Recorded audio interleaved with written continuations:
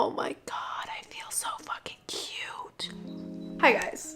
Hold on, I need a drink. My name is Brielle. If you've never seen my face before, welcome to my channel. I usually don't like leaving my hair like this for videos. However, there's a heat wave in California right now, and also I thought my curly bangs looked too fucking cute. So here we are. This video was inspired by a comment from Amina on my last episode of my Girl Talk series, where she requested that I talk a little bit about like influencer social media culture, and specifically the part of their comment that I found the most interesting was the idea of comparison between audience and influencer and the role of wealth and success in that comparison, I guess. And that kind of got me thinking about this idea of relatability and whether or not relatability is really something that we want or need from the influencers we watch. When I think about like influencers being relatable, I think about those like very annoying comments from fans of huge influencers being like, "You've changed, you're not relatable anymore." And while I understand what they're saying, I also think that kind of this idea of relatability left a bad taste in my mouth because I thought it was unfair for viewers to hold influencers to this like weird standard to stay relatable, when realistically the more successful an influencer gets, the less relatable they're gonna be. And I don't think that's inherently a problem, or should it be placed on the influencer's shoulders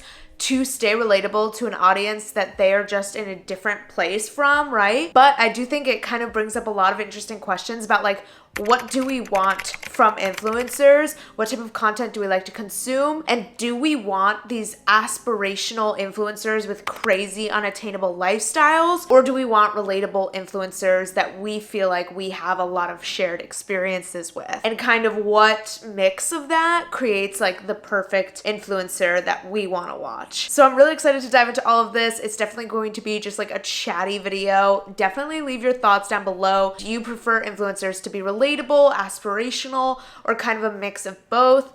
I'm going to argue from my personal perspective that the best influencers have a mix of both. As always, chapters will be in the description if you want to jump around the video. So let's get into it. The first point that I'm going to make, maybe some of you will disagree with, I don't know, but I think it makes sense in my mind. And that is, for influencers to be interesting, they need to have some aspirational element to their life. Otherwise, we don't care about them. That's my personal take. And it doesn't have to necessarily be money, right? They don't need to be super rich for us to care about them. I don't think that's the case at all. But I think for us to care about someone else's life, it needs to have something that we're missing. You know, we need to be living vicariously in some aspect. And whether that's the city they live in, the amount of money they're making, maybe their career, you know, even if it's someone that's just a couple years further in their career than you are, and maybe you want to get to that place someday, that can be like the aspirational element of a creator. It could even be something like the lifestyle they're living, or the apartment they live in, the habits they have. I think a lot of us like to watch influencers who have the habits maybe we wish we had, or that girl types who have great routines and really aesthetic lifestyles. When I think about a lot of my favorite creators, I can think of at least one way where their life has some aspirational element, something that I wish I had or would want to have. And that's part of what makes their content appealing to me, even if it's just that they're making a little more money or they have a little bit more of an aesthetically pleasing lifestyle. There has to be something. Otherwise, you'd just basically be watching your own life, and that's not interesting, you know? Even if it's just something that they have in their life that's different and maybe not even necessarily better.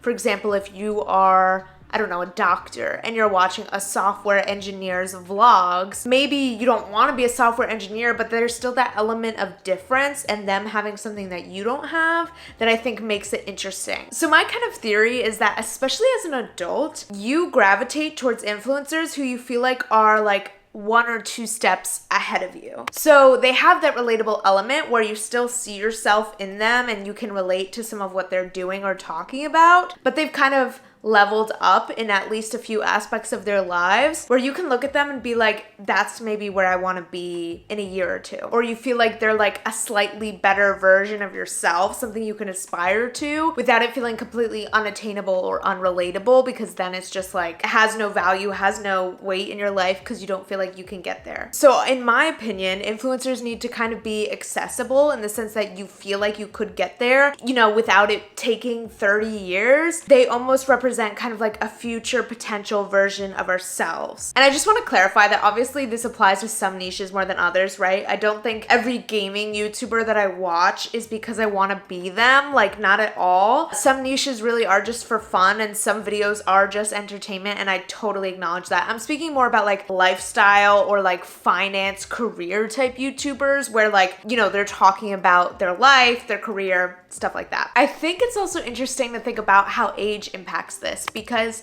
I think when I was younger, when I was in high school and college, I was gravitating a lot more towards bigger creators, you know, the lifestyle girls, the Alisha Marie, Sierra Furtado, Ava Gutowski types of girls on the internet. You know, a more modern example would be like Emma Chamberlain, like massive creators with really inaccessible lifestyles. That was more what I was watching on the platform, versus now my adult 23-year-old self honestly watches like none of that content, and all of my now favorite creators have like between 10,000 to like 200,000 subscribers. And a lot of these creators are people who are either currently working a 9 to 5, recently left their 9 to 5, recently left school, like people who are not too far from like the real world. And I hate to say that like being a content creator isn't the real world, but you know what I mean? Like they're not too far from the things that are relatable to me as someone who is still working a 9 to 5 and just graduated. So it's people who like aren't too distant from where I am or don't feel too distant, but have something, have accomplished something,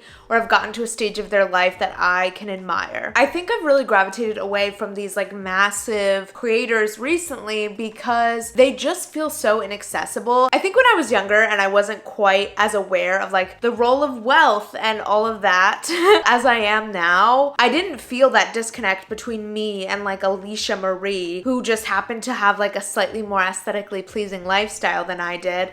I still felt like some sort of connection there. But now being 23 and understanding that she lives in a multi-million-dollar mansion in a really luxurious part of California and has such a different lifestyle to so many people that are in their 20s, it just feels like inaccessible, completely unrelatable, and I'm so much more aware of those gaps between where she is and where I am / could potentially be in the near future. It just plays such a bigger role in my viewing experience of creators like that when I'm more aware of just like how crazy and different their lives are from so many people, including myself. Something that I think is like a prime example of this is something like a room tour. So I recently watched Alisha Marie's like updated room tour, and the place was beautiful. Don't get me wrong, the room was beautiful, definitely a style that I would go for. But as soon as I started the video, it was glaringly obvious that some of the things that I could normally get from a room tour, like, you know, inspiration, links to furniture and decor that I might want to purchase, stuff like that, like I was not going to get from that video, because the gap in wealth and just how luxurious her lifestyle is was so apparent. I quickly realized that I suck at doing this, so I actually hired an interior designer. Bed is from Restoration. Actually bananas. Look how big, how much that comes out. Like, what the fuck? And this is not a complaint. Like, this is not me shaming her or saying that, you know, she sucks because I can't relate to her. And I think it's so silly when viewers write mean comments being like, you're so out of touch. Like, how could you create this content when no one can relate to it? Like, I'm not trying to be like that at all, because I find that so annoying and it's so clearly just jealousy. But when I was watching that room tour and, you know, she was talking about hiring an interior designer, getting her furniture from Restoration Hardware and CB2 and spending thousands of dollars on every piece of furniture in her space while she's living in this multi-million-dollar mansion that she has at like 29, there was just this glaring gap where I was like, how much value can I really get from this video? And is watching it actually doing anything for me? Because it's not really something that's even slightly within reach where it could be motivating. And also, I can't really take inspiration or links from this because all the stuff she had was so expensive, right? And she had this interior designer and all this stuff that's just like not realistic for a lot of people in their 20s. So that's why I think I've gravitated away from some of those bigger creators, is because like as an adult, I'm so much more aware of those gaps. And it's not that I resent or hate bigger creators for their success. And I don't think that they should stop creating the content they're making. I think they should totally be real and honest about the money they have, the house they have. Like, they shouldn't be ashamed of any of that, right? Just because it's unrelatable. But personally, as like a watcher and a viewer, that type of content just doesn't resonate with me or interest me as much as like people who maybe do have some nicer stuff or a little bit of a nicer lifestyle, but I'm like, I could have that income next year. I could have this apartment next year. Like, that's just so much more captivating to me now. And there's that element of relatability where I do resonate with more of what they're saying. And it doesn't feel like they're like in space when they're talking about, you know, hiring an interior designer. Not to mention the additional layer of like the big influencers having teams and having staff and not editing their own videos anymore and having really advanced graphics. All of these things, like, yes, they improve production quality, but they also make it so much less personal. And I think that that detracts away from our interest in content too, because what we love about influencers is that it's a person on the other side of the screen. It's really appealing to me as a viewer to think that like my favorite creators are sitting down at night, like editing their videos, and they're filming everything like sitting in their bedroom talking to a camera. That organic side of YouTube, while it might be nice to have a little higher production quality, and I understand why influencers need to build out teams when they get really big, there's just something refreshing and personal about a creator who's still doing it all themselves, you know, creator that's still in the build-up phase and still trying to make it and hasn't been an influencer for the past 10 years. Again, absolutely no shame or hate towards the influencers who have been massively successful for the past 10 years on this platform, but it is so far removed, so unattainable, so unrelatable. They haven't had a normal job or a normal schedule in 10 years. And while I don't subscribe to the narrative of like being an influencer isn't a real job, like go get a real job, contribute to society, I think that's so fucking stupid and totally discredits the fact that influencers have put in so much effort and work to grow their platforms. But there is something to be said for the fact that if you've never worked a regular job or you haven't worked a regular job in 10 years, like you are out of touch on some level. And you might be aware of that and acknowledge that in your content, but the fact remains that like 99% of your viewers are still regular people working like a 9 to 5 or people who are still in school. While I don't think you necessarily have to cater to that or always have that in mind, it does create this disconnect between viewer and creator that I think makes it a lot harder to form like that sort of personal connection that we like to have with the influencers we watch. Like, there's something nice about having your comments actually replied to. When you're subscribed to someone with 30,000 subscribers, they respond to every comment more likely than not. You know it's them responding. It's not like they have a staff of people that might be writing, "Thanks for watching." They're giving personalized responses. You feel like you're actually supporting them in a meaningful way. You're not just one of 10 million views, right? And there's just like way more of a personal connection. And they can have, you know, 10,000 subscribers, 100,000 subscribers, 200,000 subscribers, to the point where you're still looking up to them in some sense and they still have, you know, some success appeal, I guess, without them having to feel so out of reach and so disconnected from your life. I think influencers also are aware of the fact that their content does not resonate as much when they become unrelatable, when they're talking about stuff that the majority of people cannot relate to. And I think that's why we saw weirdness surrounding transparency and surrounding honesty with influencers like 10 years ago or even 5 years ago. Specifically, an example that comes to mind is lifestyle influencers, the big lifestyle influencers I was talking about before, Alisha Marie, Mia Sayoko, Laura DIY, Nikki and Gabby. We saw them making school hacks for high schoolers, back to school supplies shopping, Bath and Body Works hauls in their like mid-20s when they were so beyond that phase of life because they wanted so desperately to be relatable to a large audience and to seem like they're just like you. Even though realistically they were filming like a Forever 21 Black Friday haul when they could have afford like Louis Vuitton. And it's so obvious to us now, that disconnect between like successful girls in their mid-20s who were probably making millions of dollars and this like youthful, relatable version of themselves they were trying to project onto the internet for the sake of relatability. Like we can see so obviously now that disconnect. And with the trend of wanting more realness and authenticity on social media, like we're so over that. We're so over that facade now, and we can see right through it more than we could 5-10 years ago. But what comes along with that, and what comes along with huge influencers being more honest and showing their team, not keeping it all hush hush anymore, like telling us they have assistants, showing us a day in their life that isn't like really watered down, showing themselves doing photo shoots and red carpets and all these things that are so aggressively unrelatable to their audiences. I think what comes with that is this like personal disconnect where we just don't resonate with those creators anymore. And it's great that they're being more authentic and sharing their actual lives, and that is obviously interesting to some of their audience, but they don't have that same widespread appeal because they're so apparently unrelatable now. And again, I don't think that the solution is for the bigger creators to be fake, and I don't even think that they need to change their content. It's just something that's really interesting to think about as viewers. Like, do we not resonate with that really insane aspirational content as much as we do with this sort of mix of relatability and aspiration? And I think that the push for realness and sort of the appreciation for more smaller creators or creators just now in their build-up phase correlates with the fact that we're kind of over that really dramatic, unattainable lifestyle. Something that I've noticed in my own like viewing habits that I think ties into this and is also really interesting is that I will find myself going back to the blow up phase of my favorite creators because it is the most interesting and exciting part of an influencer's career for me to watch. I think it's the perfect example of that combination of something aspirational, some success, with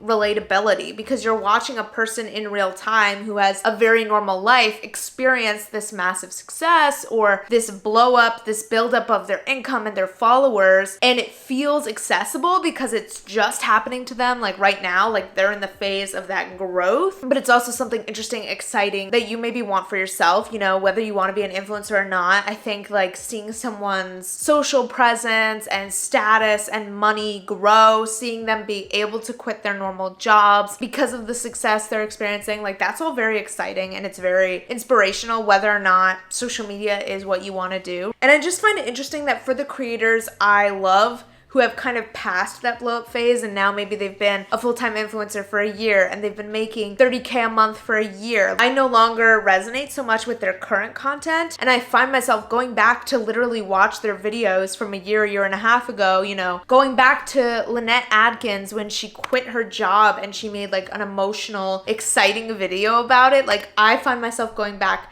to that content rather than gravitating towards them now. And it's not that their videos are bad now or that I'm mad that they're successful or literally anything like that. I think it's just that that sweet spot of the blow up phase is like the perfect combination of what I think we want from influencers. It's sort of the next step that we kind of want for ourselves. You know, we're watching again in real time someone go from a more regular life to a more elevated life, and it feels like it could be our next steps. Whew, my throat is dry, hold on. Okay, I had to bring the bangs back in front because they're just too dang cute. So in conclusion, I think we're wrong when we say we want fully relatable influencers. We want influencers that are just like us. I think that's wrong. I don't think we want influencers, celebrities, people we watch to be just like us, or why would we really care about them? If I'm gonna watch someone who's just like me do activities that I do every day, where's the appeal there? On the other hand, I don't think we wanna watch influencers in multi-million-dollar mansions with personal assistants and expensive ass lifestyles. I don't think we really care about that anymore either. So I think that the perfect recipe for an influencer, at least in this moment in 2022, what viewers want is a perfect mixture between relatable and aspirational. And that is what I think leads to creators blowing up. It's what I think creates these influencers that we feel connected to, that we want to binge their content. And that's kind of all I have to say on this topic. I really want to hear from you guys what your opinion is on this. What creators do you find yourself watching? Are they people you can really relate to, or are they people that you look up to? What do you think makes like the perfect creator nowadays. Just leave all of your opinions on this topic down below, and I will be responding obviously to all of your comments. Thank you guys so much for watching. I already have all of my videos for September and October planned out, and I'm really excited for all the videos that I'm going to be uploading, so make sure to subscribe if you haven't already. I'm going to be doing more monthly resets, more chatty videos like this, and of course some personal development thrown in here and there. So if any of that sounds good to you, make sure you subscribe. And yeah, that's it. I hope you guys have an amazing day, and I will see you in the next one. Bye. Yeah, his baby said that they don't got a future like it burns. So give him something worse to kill his head with, make him forget somehow. Might be that another day she would have wished he stayed, but they're